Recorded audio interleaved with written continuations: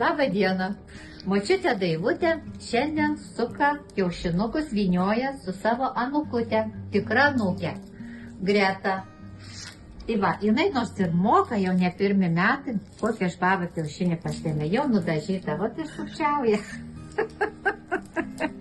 Pasimam kiaušinuką, kojinę va tokią, svogūno lukštą, va taip gražiai apsukam. Čia šitaip, žinokit, darydavo mano močiutė ir mane taip išmokė.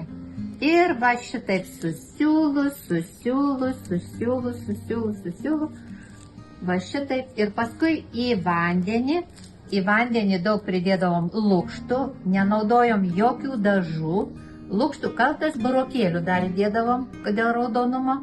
Lukštai, actas, druska ir į vandenį. Išverdam ir išėmus, va gaudavosi va šitokie, be jokių dažų, nes vaikai valgydavo, sudaužai, tai galima valgyti, tikrai chemijos jokios nėra, viskas natūraliai.